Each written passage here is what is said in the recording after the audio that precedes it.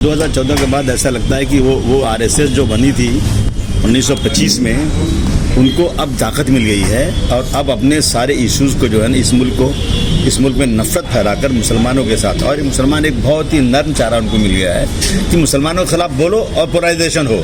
मैं समझता हूँ यहाँ मेजॉरिटी के लोग पता नहीं कैसे इतने खुश हो जाते हैं कि मुसलमानों के बारे में कुछ बोला तो उनका वोट बैंक बढ़ जाता है, तो उनको कुछ नहीं करना है, उनको देश को बर्बाद कर देना है। चाइना के लोग घुस गए अंदर यहाँ पर और इकोनॉमिक हालत बिल्कुल देश की बर्बाद हो रही है। सारी फैक्ट्रीज इंडस्ट्री बेची जा रही है। देश ऐसे आदमी के हाथ में आ गया है ना जो पढ़ा लिखा नहीं है और जिनके पास 30-35 डिग्रियां थी, जिन्होंने इस देश का संविधान बनाया, उस संविधान को ख़त्म करना चाहते हैं। मैं समझता हूँ कि जो लोग निकले हैं लोग इस देश को बचाने के लिए, गांधी जी की सोच को, जवाहरलाल नेहरू, मौलाना अबुल कलाम आज़ाद की सोच को इस देश में लागू करने के लिए मेहनत कर रहे हैं। मैं समझता हूँ इसकी का एक कड़ी है। मैं खुल के कहता हूँ कांग्रेस को सबको अपने छतरी के नीचे लेना पड़ेगा। अपनी पार्टी बचाना नहीं, देश बचाना।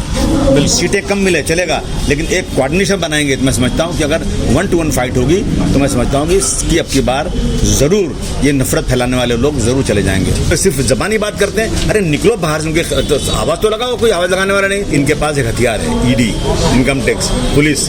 इनके जरिए पहले आदमी को पकड़ते हैं, बाद में उसका जुर्म ढूंढते हैं। तो ये हालत है। कोई बेचारा गरीब कुछ बोलेगा तो उसको जेल भेज देंगे उठा के, क्या करेगा।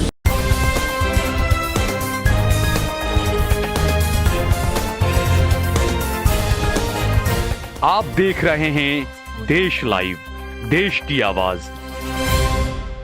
समाजवादी पार्टी के नेता और भिवंडी से विधायक अबू आसिम आज़मी साहब मेरे साथ में मौजूद हैं। राज्यसभा के पूर्व सांसद भी रहे हैं और काफ़ी फायर ब्रांड नेता, क्योंकि जो मुद्दों को कोई छूना नहीं चाहता था और ख़ासकर मुसलमानों से जुड़े हुए मुद्दे, दबे कुचले लोगों से जुड़े हुए मुद्दे, हमेशा मुखरता से राज्यसभा में भी आवाज़ उठाने की कोशिश की और फिलहाल महाराष्ट्र की असेंबली में आवाज़ को उठाते हैं, लेकिन देश भर में घूमकर हर जगह मुसलमानों की बात करते हैं। अबू आसिम साहब, जिस तरीके से जो माहौल बना हुआ है 2014 के बाद, जहां देखो मुसलमानों को पीटना, मारना, लव जिहाद, ये तमाम चीज़ें, और 2024 का चुनाव सामने है, मुद्दे कहीं ना कहीं बिल्कुल गौण कर दिए गए हैं। नहीं, बिल्कुल 2014 के बाद ऐसा लगता है कि वो आरएसएस जो बनी थी 1925 में, उनको अब ताकत मिल गई है और अब अपने सारे इश्यूज़ को जो है ना इस मुल्क में नफरत फैलाकर मुसलमानों के साथ, और ये मुसलमान एक बहुत ही नर्म चारा उनको मिल गया है कि मुसलमानों के खिलाफ बोलो और पोलराइजेशन हो।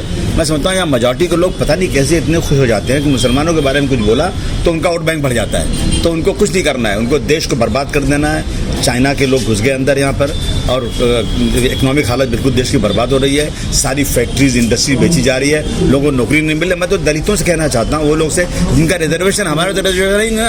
एयर इंडिया में कितने मुसलमान, 1% है, 99% कौन इस देश के दूसरे हमारे भाई लोग हैं। रिजर्वेशन किसका? उनका। उनकी नौकरियाँ जा रही हैं, वो सोए हुए हैं लोग। रेलवे बिक रहा है, रेलवे में रिजर्वेशन कितने मुसलमान 2% है और साथ दूसरे लोग हैं जिनका रिजर्वेशन है, सोए हुए हैं वो लोग। देश बर्बाद हो जाएगा। जागिए, ये लोग आकर के पोलराइजेशन करना चाहते हैं और देश ऐसे आदमी के हाथ में आ गया है ना जो पढ़ा लिखा नहीं है और जिनके पास 30-35 डिग्रियां थी, जिन्होंने इस देश का संविधान बनाया, उस संविधान को ख़त्म करना चाहते हैं। मैं समझता हूँ कि जो लोग निकले हैं लोग इस देश को बचाने के लिए, गांधी जी की सोच को, जवाहरलाल नेहरू, मौलाना अबुल कलाम आज़ाद की सोच को इस देश में लागू करने के लिए मेहनत कर रहे हैं। मैं समझता हूँ इसकी का एक कड़ी है। अच्छा, 2024 के चुनाव बिल्कुल सर पर हैं और इंडिया एक नया जो है यूपीए की तर्ज पर फॉर्म किया गया, तो क्या कुछ कामयाबी मिलेगी उसको? क्योंकि उससे पहले सीटों को लेकर कहीं ना कहीं नोकझोंक को तमाम चीज़ें होती रहती है। देखिए, जो इसमें बहुत बड़ी पार्टी है ना कांग्रेस, मैं खुल के कहता हूँ कांग्रेस को सबको अपने छतरी के नीचे लेना पड़ेगा और अपनी हैसियत को देखते हुए।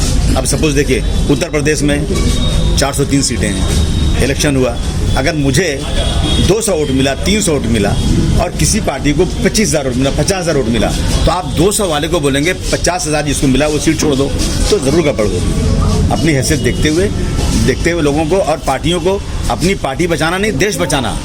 सीटें कम मिले चलेगा, लेकिन एक कोऑर्डिनेशन बनाएंगे तो मैं समझता हूँ कि अगर 1-to-1 फाइट होगी तो मैं समझता हूँ कि अब की बार ज़रूर ये नफरत फैलाने वाले लोग ज़रूर चले जाएंगे। अच्छा, दूसरा, क्योंकि आप भी समाजवादी पार्टी से आते हैं, समाजवादी पार्टी के और भी कई मुस्लिम नेता हैं, लेकिन आजम खान साहब को लेकर मुसलमानों की काफ़ी नाराज़गी अखिलेश यादव से और समाजवादी पार्टी से है। अगर मुसलमानों को नाराज़गी तो कोई तो सड़क उतर नहीं रहा आजम खान साहब के लिए। पूरे देश में देख रहा हूँ, कौन सा रामपुर के मुसलमान भी नहीं उठ रहे हैं, कोई देश में सिर्फ जबानी बात करते हैं। अरे निकलो बाहर से, उनके तो आवाज़ तो लगाओ, कोई आवाज़ लगाने वाला नहीं। जितना काम किया है अखिलेश यादव ने आजम खान साहब के बारे में, वो आप टेलीफोन करके उनकी फैमिली से पूछ लीजिए। उसका इश्तेहार नहीं करना चाहिए, इश्तेहार करने से और प्रॉब्लम होती है। तो सारा काम अखिलेश यादव जी ने किया है। और अभी 3 दिन पहले माइनॉरिटी की मीटिंग थी, अखिलेश आजम भाई का बेटा वहाँ बैठा हुआ था, उनके सामने अखिलेश जी ने कहा, इनसे पूछो मैंने क्या क्या किया है।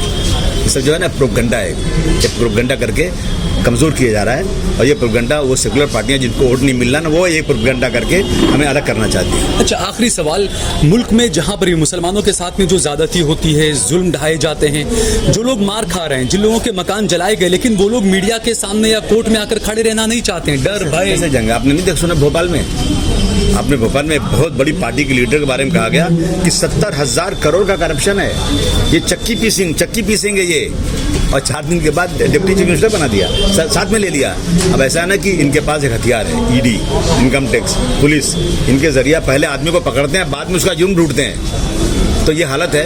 कोई बेचारा गरीब कुछ बोलेगा तो उसको जेल भेज देंगे उठा के, क्या करेगा? इसमें जो है समाज के अच्छे लोगों को आगे आकर के लड़ाई लड़ना चाहिए। अच्छा, आज जो प्रोग्राम था, ये वक्फ के सारे लॉयर्स वगैरह यहाँ पर आए हैं। अहमदाबाद का जो पुलिस कमिश्नर ऑफिस है, वही वक्फ की जमीन पर पूरा कब्जा करके बना रहे हैं, और इसे पूरे देश में इस तरह का चल रहा है। अरे भाई, महाराष्ट्र में मुंबई में जो पुलिस कमिश्नर ऑफिस है वो वक्फ बोर्ड में है। जो ताज होटल है उसके बगल में जगह सब वक्फ बोर्ड के ऊपर है, सब कुछ है। जो अंबानी का घर है वो भी वक्फ बोर्ड के अंदर है। तो सारी चीज़ें ऐसी हैं। मैं समझता हूँ कि बहुत अच्छी बात है, सब वकला जमा हुए हैं। अगर सीरियसली इस बात को लेंगे तो मैं समझता हूँ ये कानूनी लड़ाई कहीं ना कहीं हम लोग संघर्ष करते रहेंगे तो जरूर जीत कर आएंगे। ठीक है, बहुत बहुत शुक्रिया हमसे बातचीत करने के लिए।